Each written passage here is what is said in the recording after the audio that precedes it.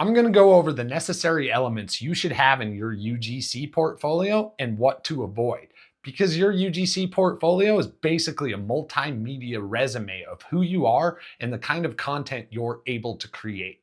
So when a brand views it, they can make an educated decision on whether or not they want to work with you. Let's get into it. There are only three basic elements every UGC portfolio should have: an About Me section, which is essentially exactly what it says, a little biography about who you are and what makes you unique. Two, content examples. That's the real reason a brand is looking at your portfolio to begin with. So having your highest quality examples is a must. And finally, your contact information. A brand just needs to know how to get a hold of you. And having your social links in there as well is also a good thing to do, so they can check out what type of content you post on other platforms as well. And if you're finding value in this video at this point, please hit the like and subscribe button to let YouTube know you care. Aside from these three elements, there are other things you can do to tweak and optimize your performance, but there's also things you can do that are absolutely going to ruin your portfolio and make a brand click off immediately. And we'll go over those now. Elements of a good portfolio are pretty straightforward, and I think a lot of people miss this concept, is that sometimes less is more. You don't need an extravagant, over-designed, fancy portfolio, because like I said a minute ago, the main reason a brand is there is to see what type of content you're able to create. So most of the time, a very simple and straightforward, easy to follow portfolio is always going to be the best option.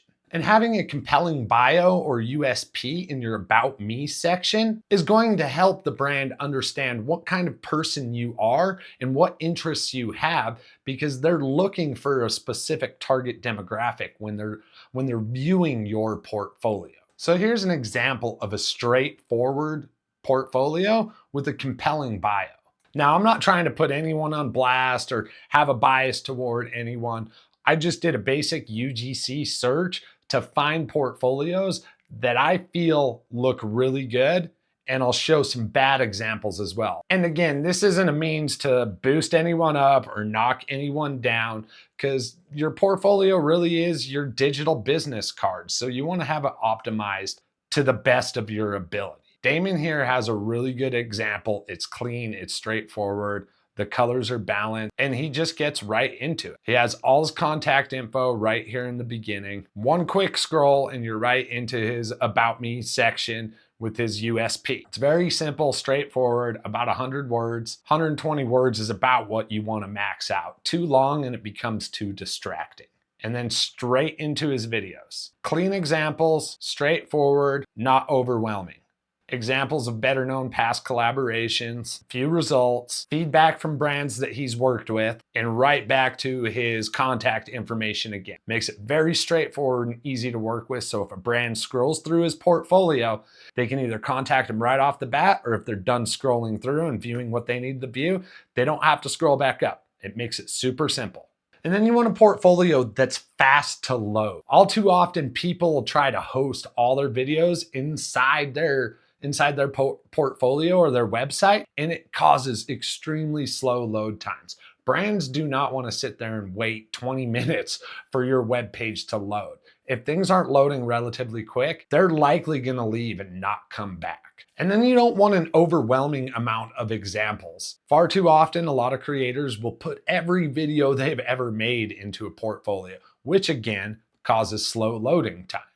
6 to 9 examples seems to be the most optimum. You can do a few more, but in all honesty, within 3 to 6 videos, a brand's going to have a pretty good idea of the content you're able to create, and they're usually not going to look through more than that. Because you start talking about 10 or 15 plus 30-second videos, a brand's not going to sit there and watch all your videos for a half hour.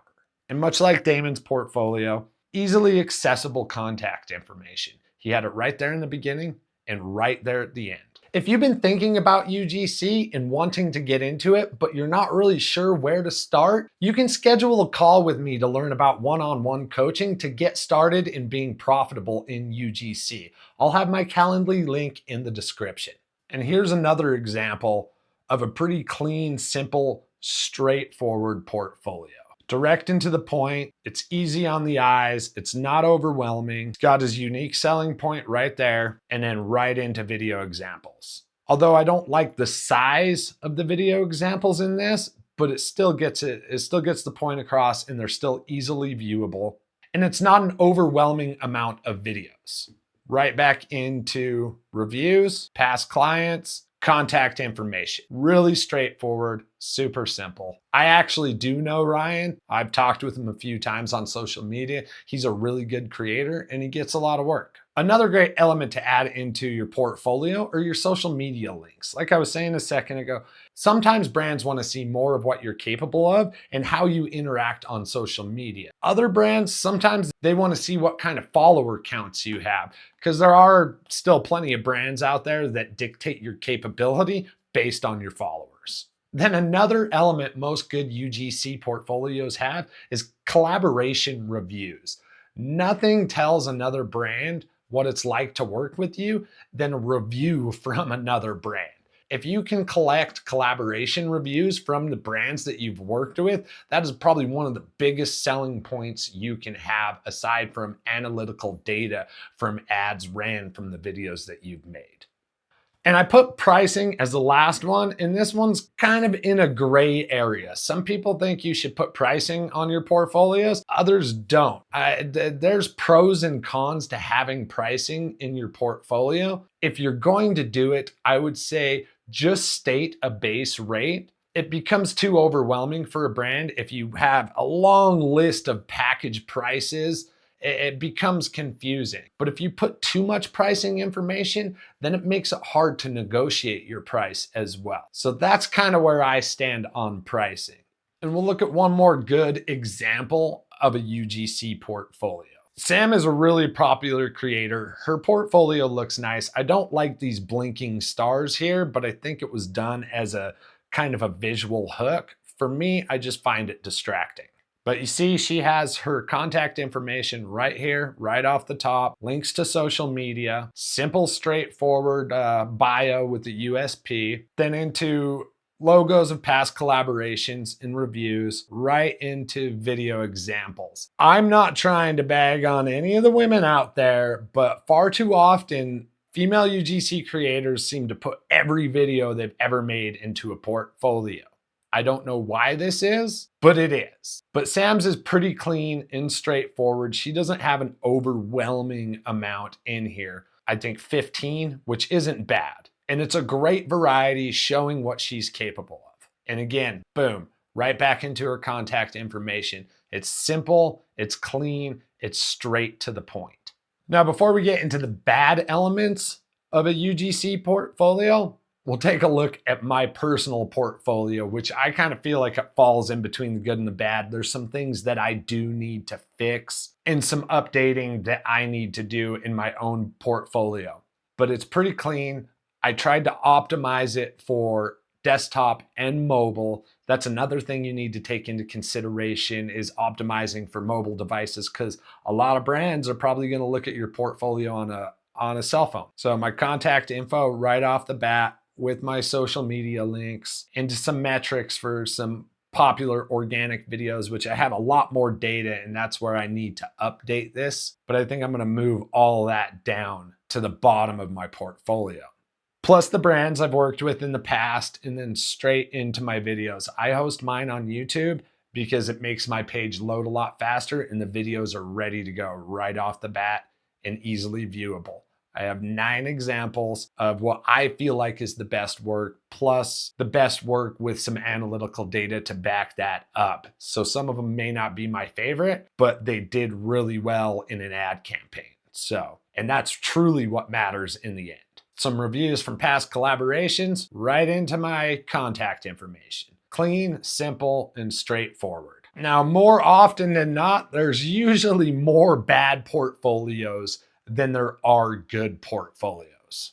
And some of the most common bad elements that people put into their portfolios is they're really hard to follow. They're not in an organized fashion. There's just a lot of chaos going on their website. They'll typically end up using a lot of distracting colors or fancy designs that just take away from what the brand is there to view in the first place. Too much text. More times than not, a lot of creators want to write a book for their bio, and it can go on for page after page after page. But probably the most damaging bad element of a UGC portfolio is slow to load. And I'll show an example of a really slow to load page right here. And this is no offense to whoever Amber is, wherever you are out there. If you see this, you might want to fix how slow your page loads. Her bio's pretty good. It's simple. It's straight to the point. Okay, I stand corrected on this one.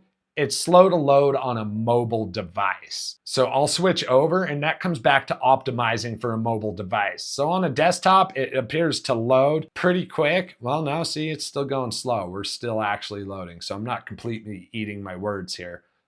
She still has videos trying to load. 3 more here, 3 more here that are still trying to load. So likely the problem here is she's just got way too many videos, and there's probably a high probability that she's hosting them within site, which is why it is so slow to load, because she's got a lot of videos in here. 6 more plus B-roll examples. So this would be what would be considered a very overwhelming portfolio for a brand to try to view. She's got the structure of good elements in here, but if she reduced the volume of videos within her website, it's going to load faster and it's going to be a more pleasant viewing experience for the brand.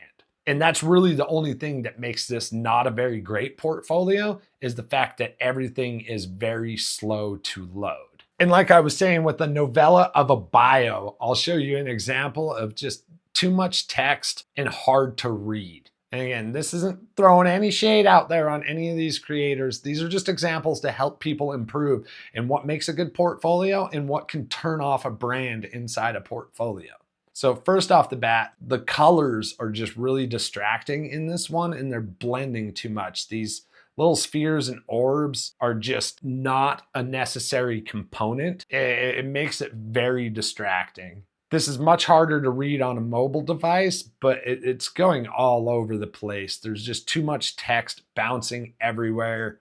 I would just bounce right out of this one. She is a foreign creator, but her layout on her videos is pretty good, but some of them are slow to load. Other than that, it's mainly just the blended text. It's hard to read. It's jumbled all over the place. Fix a few elements here, and she would have a pretty good portfolio. And right here is just an example of a slow to load, not mobile friendly portfolio. And really, I mean, most of us spend the vast majority of the time on our phones. A lot of brands are finding creators using social media applications. So they're looking at portfolios more often than not on their cell phones versus a desktop. So when you're putting your portfolio together, make sure you optimize it and look at what that website does and how it displays between desktop and a mobile. Because honestly, your portfolio, it needs to be mobile friendly. And another bad element, like I was saying, is overcomplicating pricing structures. I couldn't really find a good example of this one, but when a creator puts a rate card in their portfolio and it lists out literally everything they can do that has a price on it, that is just too much and overbearing for a brand. Only give those prices when a brand asks for it or asks if you have package deals. Then you can go into a more complex pricing structure when they want that information. Otherwise, it's just going to bog down your portfolio. And one final example, you never want to turn your portfolio into a slide deck. Most people don't want to side scroll through a portfolio, especially when there's transitions in it and they're slow to load. I mean, she has a pretty decent looking portfolio as far as it's concerned, but we're already 4 slides in and I haven't even seen her content yet. You've got to get it. What do you do for a living? What is it? That is a massive problem. If you're a brand and you're sitting in an office space and you scroll into someone's portfolio and all their videos autoplay right when you come into it, That is a huge turnoff for a brand, and that is the absolutely worst possible thing that you can have within your portfolio is setting all your videos to autoplay. You want to turn off autoplay on your portfolio. Like I said, in an office setting and they all start blasting all at once, a brand is just going to scroll right out of it. They're not going to go through and pause and mute every one of your videos just so they can view it. They're going to leave and they're likely not going to come back. So with that, I'm not even going to progress further into this portfolio just for that sheer fact. So those are just some of the most basic fundamentals of what makes a good UGC portfolio and the bad elements that can really quickly destroy what could have been a good portfolio.